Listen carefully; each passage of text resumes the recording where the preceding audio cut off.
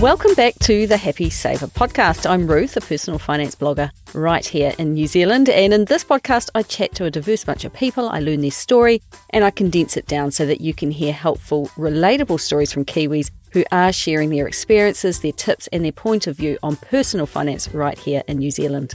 Now, Will was one of many who emailed me when I did a call out for some younger people to get in touch. Today, you will be hearing all about him and his wife, Priya. Now, these are not their real names. They wanted to remain anonymous, which is fine by me. Both of them are 31 years old and they currently live in Auckland. Will grew up on a family farm in a small rural community in the mighty Waikato called Pukeatua. Now, just the mention of that place name should be enough to have his sibling, apparently an avid listener, sitting up and taking notice. Will says surprise and hello. Now, Will's mum is Swiss and his dad a Kiwi. His mum had actually come out to Aotearoa on a farm exchange on Will's dad's family farm, which has been in their family since the late 1940s, and there she bumped into Will's dad, and she never left basically. He's the youngest of 4 kids with 2 brothers and a sister. Priya also comes from a farming community between Auckland and Hamilton. Whereas Will's family farms livestock, Priya's are vegetable growers. Both of Priya's parents are Indian. Her dad is from New Zealand and her mum came over from India when they married. They went on to have 4 children and Priya, like Will, is the youngest in her whānau too. There are many similarities between the 2 families, he told me. Will said that both of their dads are farmers through and through. That is their life and they live, breathe and talk about farming all the time. He said that when they all get together, the dads talk about farming and the mums talk about the farm, but more so about what it takes to run a home and a family. Priya and Will met about 11 years ago when they were both studying at Waikato University, and I'll tell you a bit more about their educational achievements shortly. But before I get too far along though, what about I take a moment to tell you all about the company who helps me manage my own money, Pocketsmith. Are you busy? I'm busy. Everyone's busy these days. That was one of the main reasons why I stopped tracking my income and expenses by hand and switched to Pocketsmith instead. I took a bit of time to learn how it all works, and now 99% of the work is done for me. I use Pocketsmith to track my household's multiple income streams, plus our random assortment of weekly, monthly and annual expenses. Whenever I can, I look to automate and optimize household systems beyond simple budgeting. A fun fact, if you are one of the 88% of Kiwis who invest, Pocketsmith also connects with most KiwiSaver providers, investment platform Sharesies, and it lets you integrate with your ShareSite investment portfolio.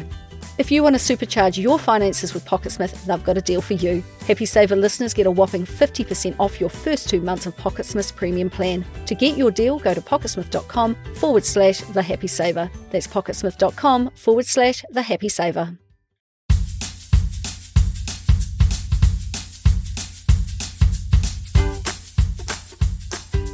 When I asked Will to think about what it was like growing up and whether money was ever mentioned, he said that they were always very occupied at home with farm work.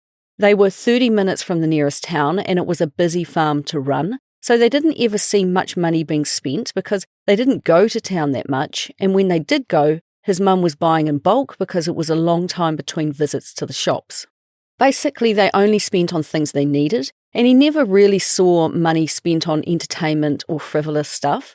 If money was being spent, it was on new equipment or supplies for the farm, and it was always ingrained in him that any spending was well thought out. So money was not so much talked about, it was more learning by observation. Like many, his money lessons were pretty basic, more about getting a savings account with your bank and putting your money in there, and that when you buy something, you use your own money, never credit.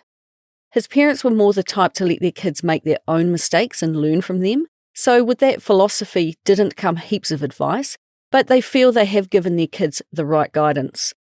If he asked his mum or dad's advice on something, they would say yes or no, but they didn't steer them in any particular direction or offer much advice around money or jobs. Because they live so far out of town, he went to boarding school, so he learned to be independent from that point on, and for whatever reason, he was always interested in pūtea. When he was still a teen, he would find and read financial books just because he was interested in the subject. After a conversation and a bit of direction from a careers advisor, he ended up going down to Lincoln University in Canterbury to study valuation and property management. And his idea for going there was that he wanted to learn about property because that is what a lot of those books talked about as a way to grow wealth. What better degree, he thought, to use for both his professional and his personal life? It didn't quite pan out like that, and neither the course or the location was really resonating with Will. So even though he had left school by then, he went back to the careers advisor and they talked about further options. He restarted his studies at Waikato, doing a Bachelor of E-commerce with a double major in supply chain. Priya was also studying there, and she completed a 3-year course doing Bachelor of Social Sciences, majoring in Industrial Relation, Human Resource Management and Geography. She then did a 4th year for honours, which was a Bachelor of Social Sciences with honours first class in Labour Studies.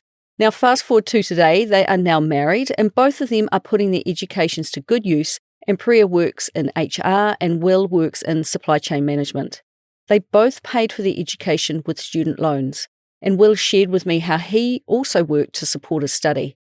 Growing up, he always worked on the farm, and up to the age of 18, his parents paid pocket money of $20 to $40 a fortnight. During holiday breaks, he worked more on the farm and he got paid a bit more. As he got older, he would do relief milking, which is filling in on the family farm and then gradually gaining the skills to fill in for others around the district, working with a total of about 12 or so different farmers in the end. And per milking, he was paid about $40 to $50, and if he was sole charge, he would earn about $70. Given you milk cows every day, this could be a steady income, and once the milking was done, he was working during the day doing all sorts of other paid farm work. So given he had some good holiday income coming in, did he use that to pay for any of his university costs? Not really, none of it.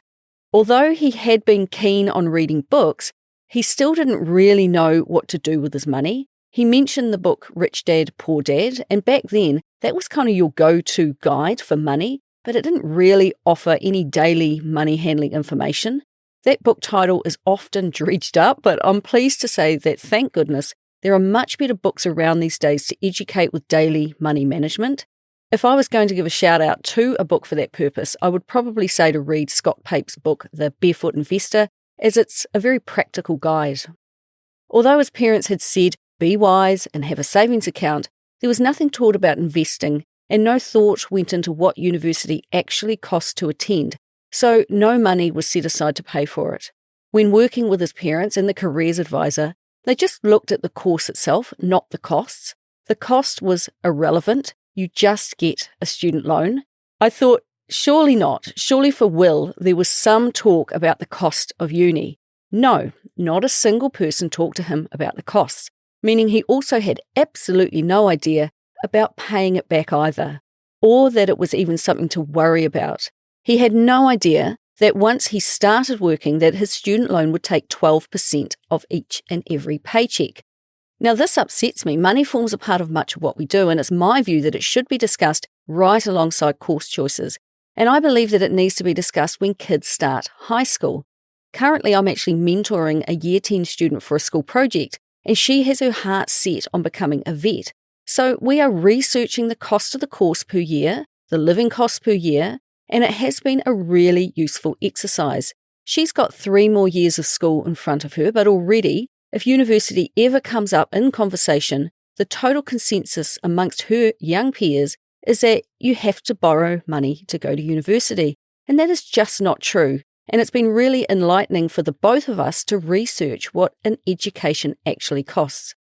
Now, Will's parents did help out with living costs, paying his $70 a week rent for him and providing meat for the freezer. Whether it was the work of a good accountant or a quiet year on the farm, he did receive a student allowance to help with his costs, and he did borrow his course-related costs to the tune of $1,000 each year. Now, when I talk to former students, it's always this $1,000 per year debt that annoys them the most, because they all take it out with the view that it's free money, mainly because it's so easy to come by. And while it is easy to come by, you do have to pay that amount back too. When Will finished his study, he had about $35,000 of student debt, and Priya's was about $50,000. He began work, and for the next couple of years, his student debt began to be nibbled away at because of those 12% deductions from each and every paycheck. But when he was about 24, he was fortunate enough to inherit a large amount of money from his grandparents, about $100,000. Now, this coincided with the IRD offering a 10% discount for lump sum payments made on student loans. 3 years into working full-time, he was able to use a chunk of this money to pay off his student debt, which he said felt very nice indeed. Priya was also chipping away at her debt from deductions from her pay, and in her second job out of university, she worked for Fisher & Paykel, and they offered a now discontinued scheme where instead of an employer paying into KiwiSaver, they diverted that money into your student loan instead. She did this for 2 years and it helped somewhat, but wages were low straight out of uni and she had a bit of a mountain to climb. Eventually, they both left New Zealand to work in London, and in another student loan surprise, they learned that they had to make payments while they were away, otherwise they would start to incur interest on their loans. No one had pointed out this fun fact to them either. So while they were away on their OE, they had one foot in New Zealand, still as they had to make payments to keep on top of their loans. They came home, they got jobs, and Priya continued to pay towards her debts as normal, and finally, with the deductions from her wages, and with her parents chipping in about $10,000, she paid hers off sometime in 2021. So what would their advice be to future students? They would say to ask people about the reality of taking on student debt and that you should learn the whole process, from how and when you start to take it on to exactly how you pay it back and the length of time it is likely to take you given your future income, plus the implications of having a student loan if you go overseas. The onus is on you to learn as much as you can because you won't come across it otherwise. And my advice is to speak with current and former students because they've lived the experience and many are paying it back 20 plus years after they graduated. And that is the reality of the situation. Just an observation is that at the end of the day, for both of them, family chipped in to help them clear debt. And I can't help but wonder, had everyone learned more about student debt on the front end, they might have been able to reduce their debt burden from the get-go. Now, coming back around to that inheritance of Will's, with his student debt gone, he was left with about $80,000 sitting in his bank account. And while he was always interested in money, it didn't mean he knew what to do with it. The books he had read all talked about property, but still, no one in his family ever talked about money or the finer details of it, apparently because it is rude to do so. Thankfully, I never got that memo. Will pointed out that when you are trying to learn about money, you need to be mindful of the agenda of who you are talking to and seek wisdom and information widely. When he was younger and was earning money from relief milking, he went into the bank and asked how he could grow the money instead of leaving it in a bank account, and they simply referred him to term deposits. He did ask what return he would get if he put money in after allowing for tax and fees, and they said that they would get back to him, which they never did. He said it was an example of trying to learn and reach out, but getting nothing back in return from one of the biggest financial institutions in the country, who obviously didn't think this small-timer was worth their while. He said that at that time he actually had a brief bad habit of betting at the TAB, and he remembers thinking he could earn more by betting on a really solid team in the NRL to make the top 8, and they were able to tell him exactly how much he would make or lose, but his bank couldn't even tell him what a term deposit would earn. The takeaway, consult widely and don't assume they have your best interest at heart. But seek and you shall find. He came across this guy at Lincoln University that he got on well with because they were both interested in how money works. He was a year younger, switched on and very bright. This guy, who had a full scholarship to take care of his university costs, he told Will about shares and explained that because he didn't need it to study, he invested his money instead, which sounded pretty smart to Will. His tip was to invest in a single company, Auckland Airport, and also find other large blue-chip companies. Why Auckland Airport? It is, he told Will, the gateway into Aotearoa, and his view was that it won't and can't fail. Plus, he thought it had a strong growth trajectory. Clearly, this was well before COVID-19 wreaked havoc on the travel industry, and although he was probably right that they won't fall over, their share price can still take a beating. To try the process, he purchased $1,000 worth, and then he spent 6 months watching and learning.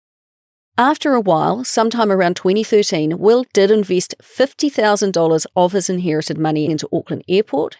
He then went on to invest a further $25,000 in 2020 for a capital raise before selling the lot in October of 2021 for $164,000.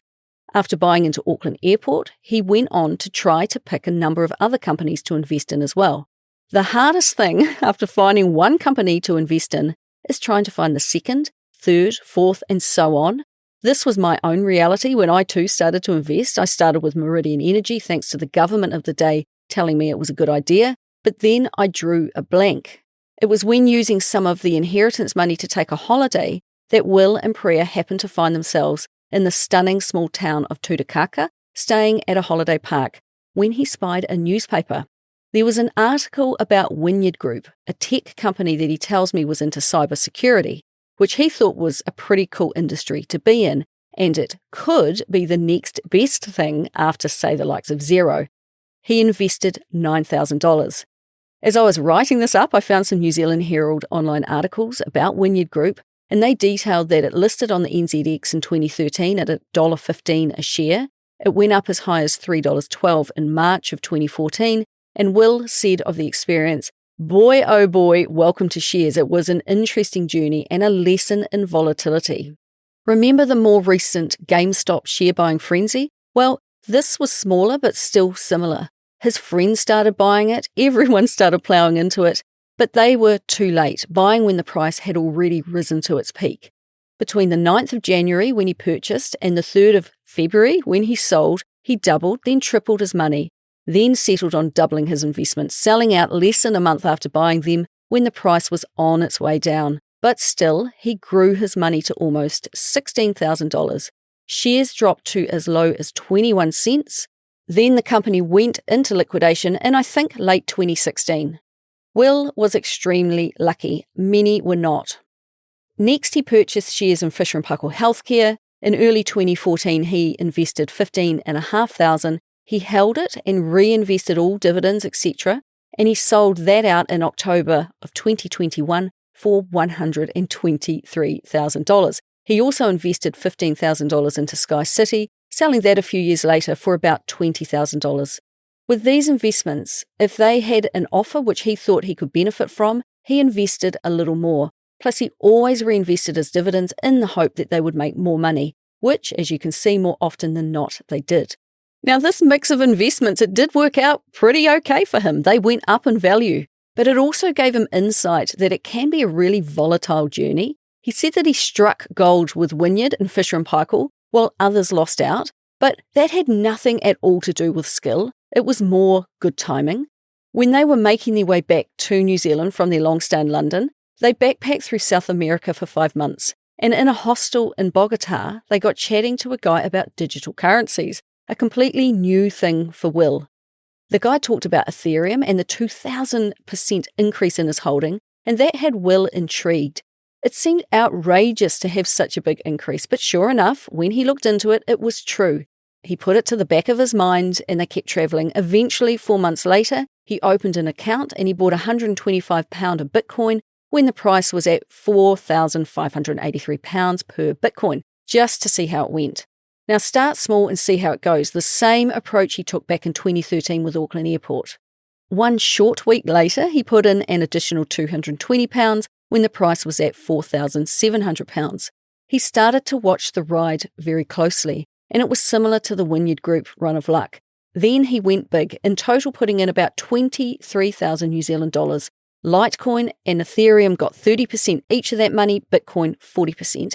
The price started shooting up with the value jumping up by hundreds and sometimes thousands of dollars overnight, which he said was quite a euphoric feeling, while the two of them were travelling on a shoestring budget. The outcome was similar to his investments into Wynyard Group, where he didn't sell at the peak, but between October of 2017 and January of 2018 in stages, because that was what his platform, Coinbase, made him do. He sold out and he turned his 23,000 New Zealand dollars into 35,000 New Zealand dollars. Their staggered selling meant he missed out on some gains. Although he made some money in a relatively short space of time, he experienced a few problems with this type of investing. It was speculation, not investing, and he found that he was checking the price all the time, and at times he had a hard time sleeping at night due to the volatility, especially when the price was coming down and he felt he was losing money, a feeling he just didn't enjoy. He decided from that point on these speculative investments were just not for him and that this would not be part of his approach going forward. He said, "You need to be comfortable with your investment decisions and strategy, and going to sleep content each night is certainly part of the plan." and crypto showed him what he didn't want. Now, Will loves to share his knowledge when asked, and a while back when GameStop was in the news, a young guy he has been imparting wisdom to shared that he was setting an alarm for 2 a.m. every morning to check the price of his GameStop shares, which completely reminded Will of his experience with crypto. He kept telling the guy that a good investing strategy does not involve waking up every morning at 2 a.m. to check shares. The only thing it will achieve is to make you more anxious and potentially scare you off investing if and most likely when you lose money. There is a strong mental well-being element to investing, and having a well-thought-out strategy that you are comfortable with, it means you should be content each night that you go to sleep, and you should not have to check prices at all. Now, you will note that he sold all of his individual shares around the same time in late 2021. Why was that? I had to ask. He said that there was a period in 2020-2021 where he got deeply into personal finance and he couldn't absorb enough content. He got into podcasts like Paula Pant, Bigger Pockets, and also New Zealand Everyday Investor, and books based on investing in property. He signed up to the share portfolio tracker that I also use, ShareSite, and he began monitoring his investments. Now, a side note on that, ShareSite are actually an affiliate of mine, and if you go to my website, you'll find a code that gives you 4 months free, but they do also have a free version. So this self-education showed him that while, yes, he did well with individual shares, he was lucky to beat the NZ 50 index or the US 500. He could not put his success down to skill, which meant it would be very hard to replicate his amazing success. He learned that he had no diversification by investing into just a couple of individual companies, and that his current investment strategy was complicated, needing him to monitor and check it frequently so that he could buy or sell as and when needed. He had worked out that a good investment strategy should be easy to manage and set up for the long-term success, but that was not what he was doing. Everything he read taught him to keep investing simple and that a good, solid, average return is enough. He learned that instead of gambling, which is effectively what he had been doing, you should pay yourself first by investing a decent portion of your income into, you guessed it, ETFs, aka index funds. So when he sold up all of his investments, he used the low-cost investment provider InvestNow to purchase 3 SmartShares funds, and he put a third into each, the New Zealand 50, the US 500, and the US Equities ESG ETF. He said that it works like clockwork and that over the long run he will reap the benefits of this approach. He is aware, he said, that there is a lot of overlap between the US funds, and he is interested to see if there is a difference in returns, but from a values perspective, they are happy with their choice. So, just a quick recap because it's always nice to see some numbers. Next year, he will have been an investor for 10 years, which is an exciting milestone to cross off. Back in 2013, he made a $1,000 investment to put his toe in the water. By the start of 2014, he had invested his full $80,000. In October of 2021, during a global pandemic, I should point out to you, he sold it all for a total of $570,000, and he reinvested it across those 3 funds, as I just mentioned, plus a few other bits and pieces. Since that time, the share market has wobbled about, but he has continued to invest a portion of his pay each fortnight, buying whatever the price. He doesn't worry about the price anymore, but fair to say it's mostly on sale at the moment, given what the share markets are going through. The plan is to keep investing as much as he can until he needs to harvest some money from it in the future. Now, he was kind enough to share with me his ShareSite portfolio, which shows he still has about $12,000 invested in crypto, Ethereum and Bitcoin, both of which were significantly down. Plus, he had just $500 spread across 2 kernel funds, the New Zealand Commercial Property Fund and S&P Henshaw Electric Vehicle Innovation Fund, both of which were also down.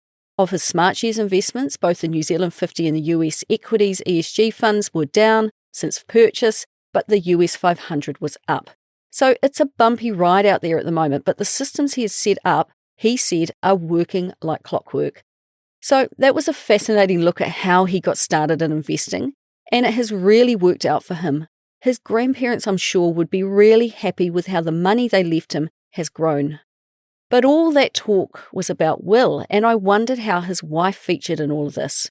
Now, in the early days, he was always the one interested in the money side of things, and when he tried to talk to her back in the day, she was not interested, and his approaches felt like an attack, where she thought he was trying to compare what he had with what she had. So the conversation was shut down. His thinking was, how can we do better as a couple? But clearly he didn't articulate this as well as perhaps he could have. Today, they have both joint and separate finances, and they are much more aligned in their values. Whereas she is more free-flowing with money, he leans to being more controlled. So they are working to find ways to set things up so that they both feel heard and comfortable. And with a baby on the way, they have created bank accounts for all sorts of sinking funds for all sorts of things, like the baby fund, maternity leave cover, saving for a new car, and also a holiday.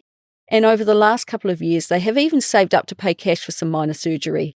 Sinking funds are fantastic at helping you set money aside for just about anything, and I absolutely love them. They have a whole lot of combined accounts, he said, for things like insurance and house maintenance and tradespeople. Basically, if there is a known expense coming up, they have allowed for it and they are saving towards it. Both have a credit card linked to the same account.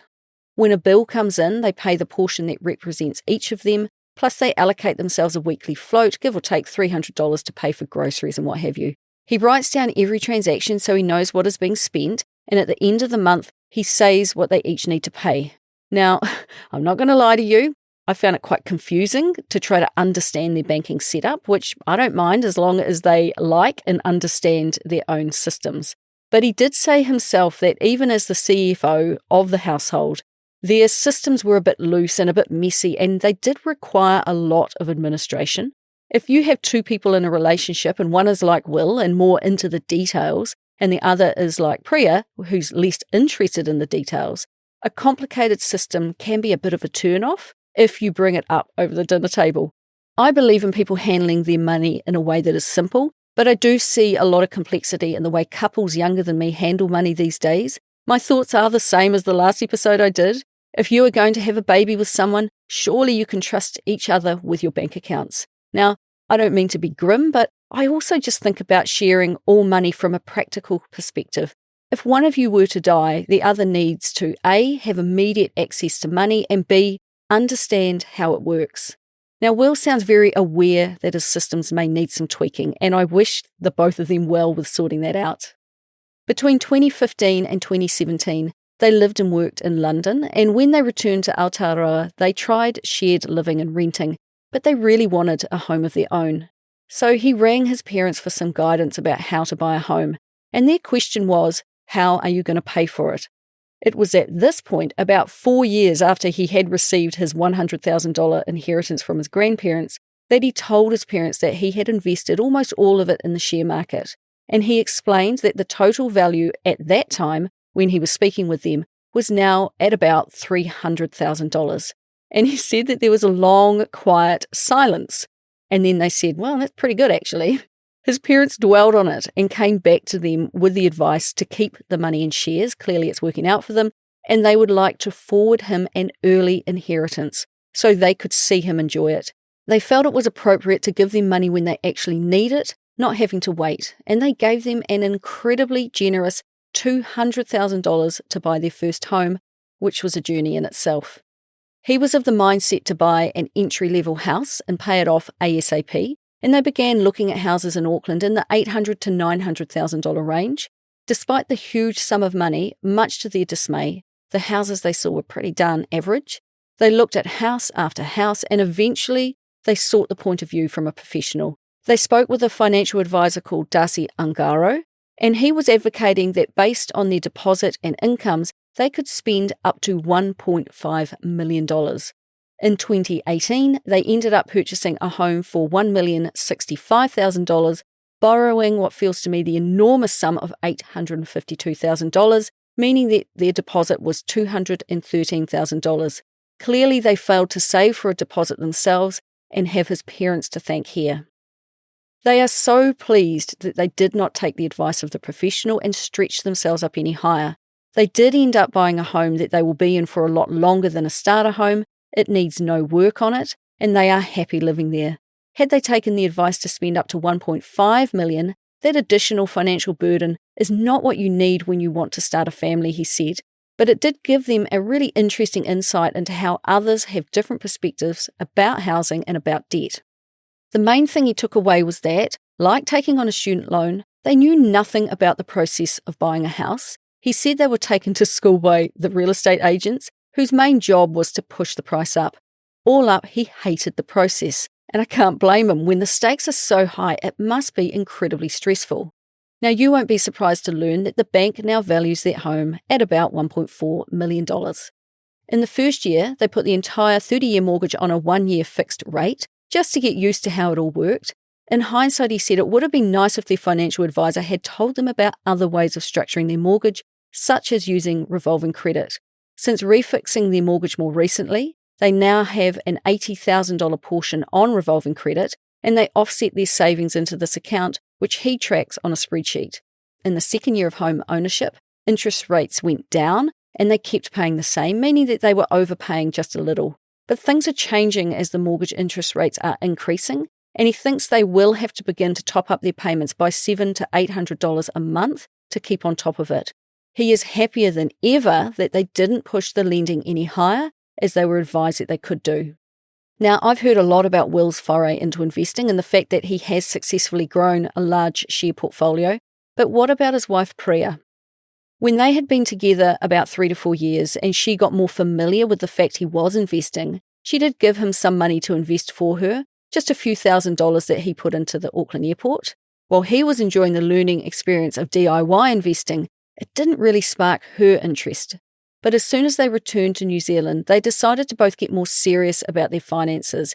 She signed up with large investment advisory firm Craig's Investment Partners, where she could have an advisor working with her to guide and teach her how to grow her wealth. She knew she would pay a fee for their service, but she hoped to benefit from learning from someone who was not her partner.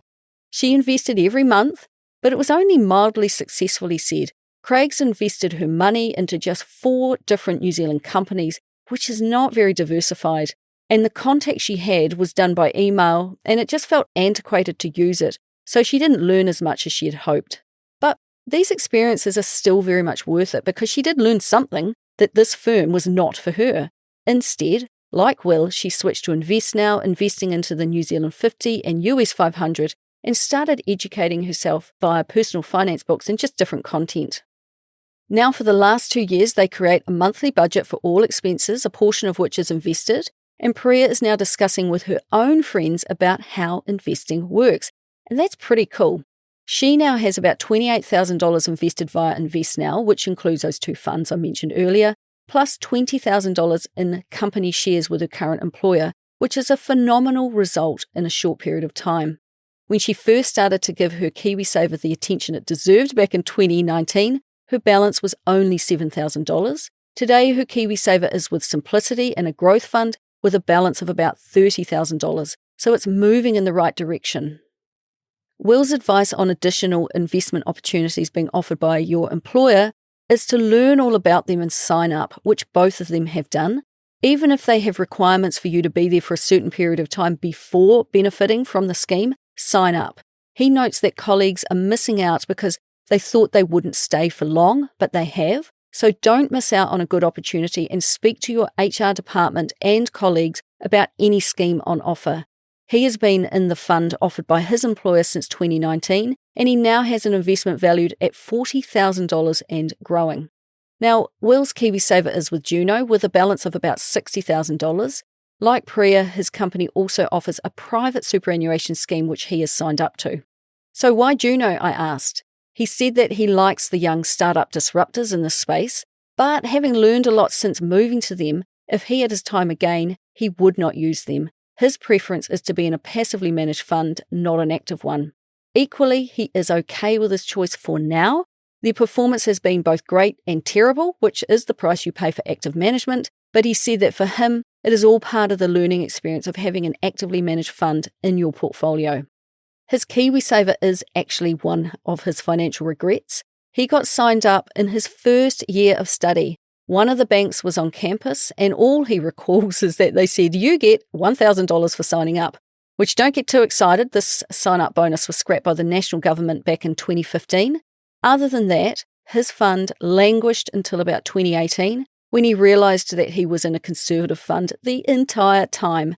Had he known better, it should have, been in a growth fund from day one.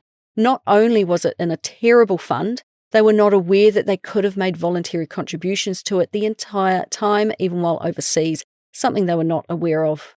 And one note to make about those KiwiSaver funds, you'll note neither of them pulled their money out for their first home. So, yet again, for those listening to this, learn from Will and Priya and educate yourself about what fund you are in and what you contribute to it. Forecast out what you will have when you turn 65. Today, both of them contribute the minimum amount to their funds to get the employer match, and they also set their contributions this low because, as they have explained, they invest outside KiwiSaver too, which all adds up to a higher rate of investment. Now, I've covered off a lot, so where are they now? Every month, they write down their net worth, noting down the value of their joint and individual investments and tallying them all up to see a total figure, just to make sure they are moving in the right direction with their debt level shrinking and their investment balances rising. Their mortgage is now at $700,000, meaning with the house valued at $1.4 million, they have $700,000 in equity. Will's total portfolio of investments, including his retirement savings, is sitting at about $680,000, Priya's at about $120,000. Collectively, all up, including money in the bank, etc., their net worth, not including their home, is about $825,000. Add their home and it's up to $1.525 million. He said that at the moment they are all about trading time for money to grow their net worth, and they have, I think, got themselves into a rare position for a couple still so young, with the focus in Aotearoa being so heavily on property and many having such high debt levels on that property. Most have been encouraged to drain their KiwiSaver to buy. To have grown substantial investments outside of their property is a big deal. It's actually a huge deal. They will continue to add to those investments, which will in turn continue to compound and grow. Already, in theory, they could apply the 4% rule to this and it could provide a passive annual income of $33,000. The higher it grows, the higher the passive income potential. Next year, they will be adding to their family, and by steadily paying into their investments and decreasing their mortgage, it is moving them in the right direction to make work optional in the future, which is pretty exciting. Both are in jobs and careers that they enjoy, but they are very clear to say that they work to live, not live to work. Neither are intent on climbing the corporate ladder, but are instead both happy-go-lucky, enjoying work, but putting more focus on people and relationships. He earns an annual salary of $134,000 a year, and she earns $120,000 a year, but she also receives a 10% bonus on top of her salary of company shares. What a fantastic foundation these two have built themselves. He said that it's quite liberating to see the spreadsheet and play with projections. Given how far they have come in a short space of time, the future looks extremely bright. And for me, it was really interesting to see the balance between debt payoff and building investments concurrently. As I mentioned, Will loves helping people who want to learn about money, and amongst his group of friends are his siblings. They all received the same inheritance as him, and they each did different things with it. They are all on their journey now, and they all talk more candidly and openly about money and the systems they each have in place, and he gets a real kick about them being interested and setting themselves up for the future. Now, just a few bits and pieces here. When they add to their family, his employer offers him 3 months of fully paid maternity leave, and she will also take 6 months of maternity leave. They carry basic Southern Cross health insurance, and Priya has free rein with her employer to work from home or in the office. They didn't want me to name where they both work, but I wish I could have because her employer in particular sounded pretty darn awesome. They both get 4 weeks of annual leave, but she gets gifted extra annual leave over Christmas and some bonus company shares. So what was their greatest financial flop? In 2015, he bought a car for about $11,500, and 2 years later he sold it for $6,500 when they moved to London. The lesson it taught him was that cars go down in value, and they don't help you build wealth. They are currently saving up a decent amount of money to buy a car, probably an EV, within the next 5 years to replace either their Honda, which has 200,000 Ks on it, or their Suzuki, which has 120,000 Ks on it. How about one piece of advice, either good or bad, that his parents taught him about money? His mum would say, want, don't get, and this apparently stopped nagging kids in their tracks. They also told him not to buy something on tick or finance. If you don't have the money, don't buy the thing. In hindsight, he would have liked to have more open and transparent conversations about the principles of what you should do with pūtea as you are growing up. For example, it would have been handy to learn some good systems about how to divvy up a paycheck, just simple concepts for him to take with him in life.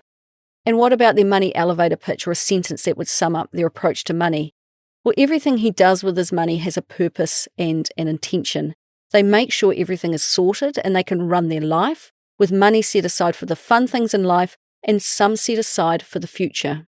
And as for his 3 main financial habits, those things he just automatically does, they automate their finances as much as they can. And as soon as they are paid, auto payments go out into all their sinking funds and investments. He looks at their bank accounts every day to see what's happening. And number 3, since he started his first job at the age of 22, he has been tracking and documenting everything he, and now they, spend, and writing down their net worth. It shows him that they are on the right path. He does it by hand because it's a cheap way to do it, but he did admit that it does take up a bit of time, probably too much time actually. Well, on that note, Will, thanks for setting up the perfect segue to pop in an ad for the sponsor of today's show, Pocketsmith. I used to be like Will, spending ages trying to manually update my expenses and net worth. Now I pay about $7.50 a month and I let Pocketsmith do it for me. If you want to supercharge your finances with Pocketsmith, they've got a deal for you. Happy Saver listeners get a whopping 50% off your first 2 months of Pocketsmith's premium plan. To get your deal, go to pocketsmith.com/thehappysaver. That's pocketsmith.com/thehappysaver. Now, it would be easy to listen to this episode and think, well, might be all right for Will and Priya. They inherited first $100,000 and then $200,000, and that's not my reality. But as you would expect from me, I have a couple of thoughts on this. He said of himself he is an average Joe who has had some good luck with an inheritance. I've met countless people who have received lump sums of money when young, or old actually, yet today they are in a really poor financial situation. It's what you do with an inheritance that counts. Will chose to pay off debt and invest. And while his investment strategy back in 2013 was pretty similar to throwing a dart at a dartboard, at least he tried. His biggest financial triumph, he said, has been the fact that he took an interest in working out how to grow wealth, he took the time to educate himself, and then he actually took action. Now, he is the first to admit that he had a lot of luck on his side, winning with Wynyard Group and crypto when others lost a lot of money when Wynyard went broke. He has taken big risks when investing in individual companies that have paid off big time, but learned along the way and has now settled into an investment routine that requires little work and it lets him sleep at night. When someone is new to investing, I find that their default strategy is still to pick an individual company, invest in that and hope for the best while they try to pick another company and another after that. There's actually a documentary out on Netflix at the moment called Get Smart with Money, and I'd advise any newbie investor to go and watch that before you open a share account. Learn about how all your money works before you start to invest. And once you do start to invest, take Will's story on board and don't pick stocks. Just buy the whole market instead in the form of an ETF or index fund. Will promises that you will sleep a lot better at night. Now, that inheritance that he received in his early 20s is still all invested in the share market today, albeit no longer in individual shares. Instead, it is in ETFs, which will continue to grow and compound over time, especially because of his ongoing fortnightly investments into his funds. Now, his parents hearing that he didn't blow his grandparents' money, but instead multiplied it by 3 and then beyond, I'm sure gave them the confidence to forward him and his wife such a hefty house deposit and leave his investments in place. By his actions, he had gained their trust. He said he is the type of person to sacrifice now for the future, while Priya is a bit more inclined to live life in the moment, whilst also having a conscious thought for the future. They are a good pair, and their different personalities each bring something into the marriage. He has learnt to enjoy spending a bit more and travel a bit more, while Priya has learnt to invest and grow her wealth and their wealth. Will said to me that he thinks they have found a nice balance and are aligned well with their money, and I'm sure that the interweaving of their lives and their pūtea will continue into the coming years. And finally, I just wanted to add a huge thank you to Will for speaking so openly about his money with me, and also to thank Priya for letting him share some of her details as well. I really appreciate it. And I've no doubt that people listening to this will have found the way that they have built their wealth to be a really interesting journey. So that's all from me this week, and if you want to get in touch, you can find me at thehappysaver.com, and I would love it if you could please give me a rating and a review wherever you listen to podcasts, and please do share this podcast with your friends. It's the best way that people can learn about money, and I would love it if you would talk more about money with your own friends and whānau and continue to help me, continue to help others be better with money. So until next time, happy saving.